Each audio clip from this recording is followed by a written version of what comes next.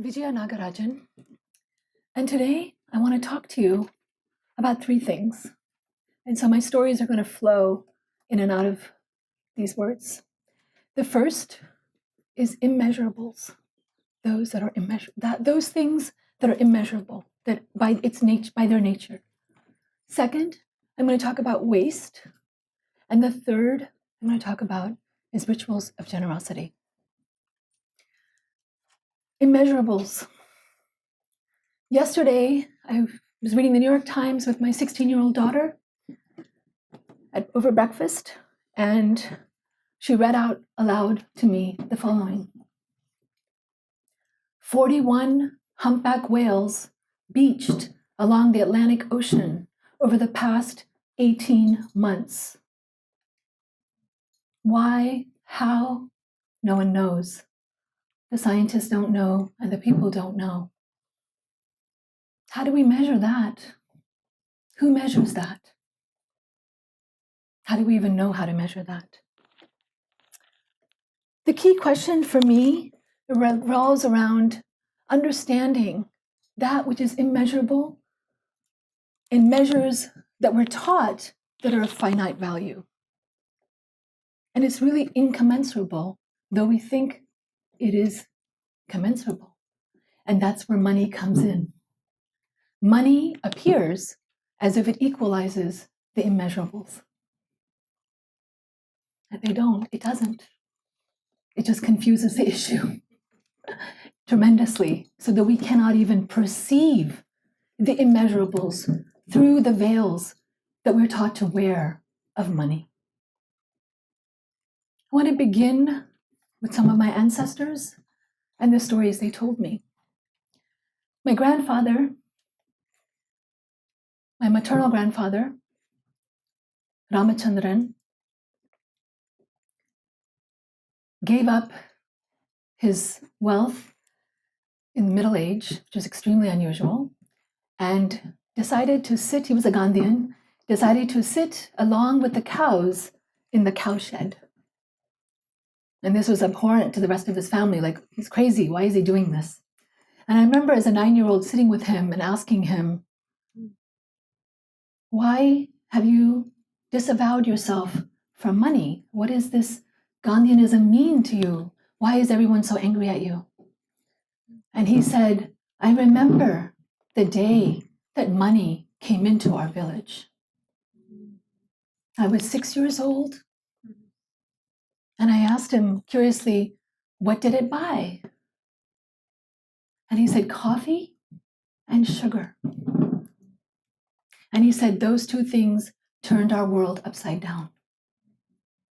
So that's why 50 years later, 40 years later, he decided to give up money. My grandparents on my father's side, I grew up I was born in a small village called Yanangudi in South India. And I came to this country when I was young, and then I went back to India, and then I came back to America. So it's been kind of a revolving door policy between different countries in the childhood. And at some point, we would spend as many summers as we could with my grandparents in their village. And I would go from watching the astronauts walking on the moon to a village where there was no electricity, no toilets, no light. Everything was done by the hand, and everything was stone ground. That was one of my jobs. You had to get the water from the well or the pump. And I remember the delight, the physical sheer delight of pumping that water and carrying those buckets. And I was a very thin kid back then, and I would carry these 2 buckets, and I would be so proud that I would, and everybody knew how much water they used. There was 1 bucket of water per person per day. And the toilet was in the forests and the woods behind, where you'd be scared because you'd watch the mongooses fighting with the snakes, the cobras. And you're like, how long can I keep doing this? What you had to do, So what are those immeasurables? It's love, it's our emotions, it's the ocean, it's animals, trees, mountains, the sky, clouds, water, air. These are all some of the immeasurables by their very nature. We are the passing clouds. We are the redwood trees. We are the waves in the ocean constantly moving. We are the birds and animals around us. We are those humpback whales. We are all that which we as humans create around us. We are all that which is good and all that is evil. We're all that and more.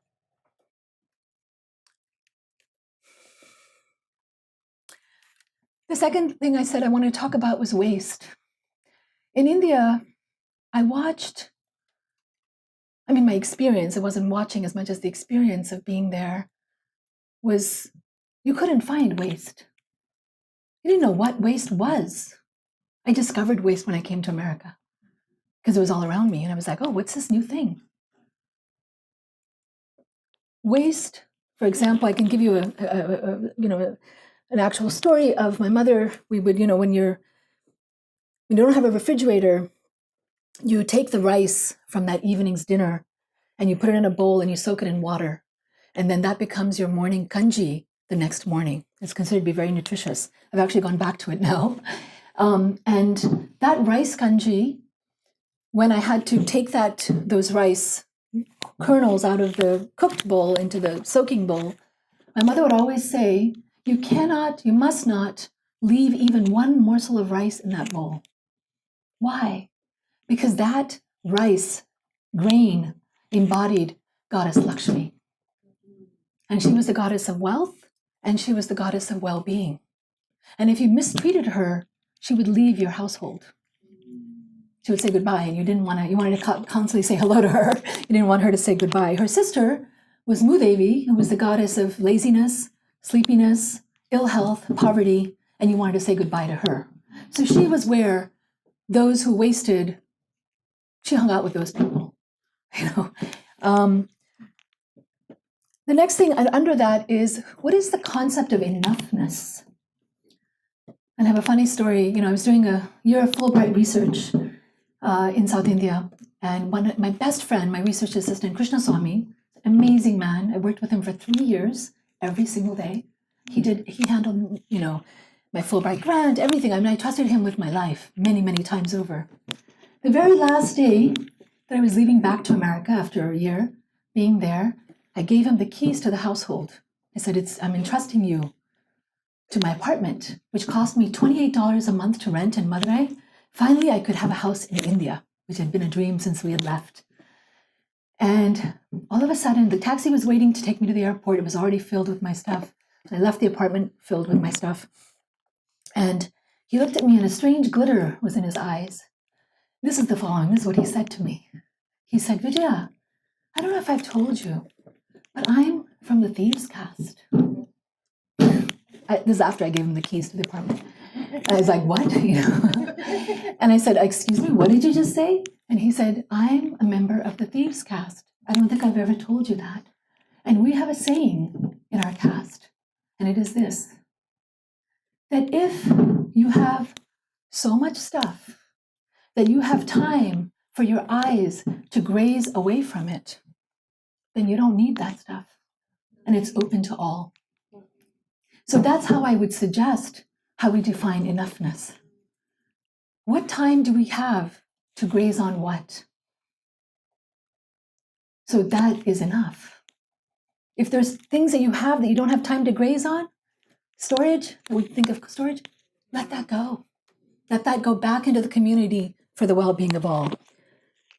The last thing I wanted to talk about was, I said rituals of generosity.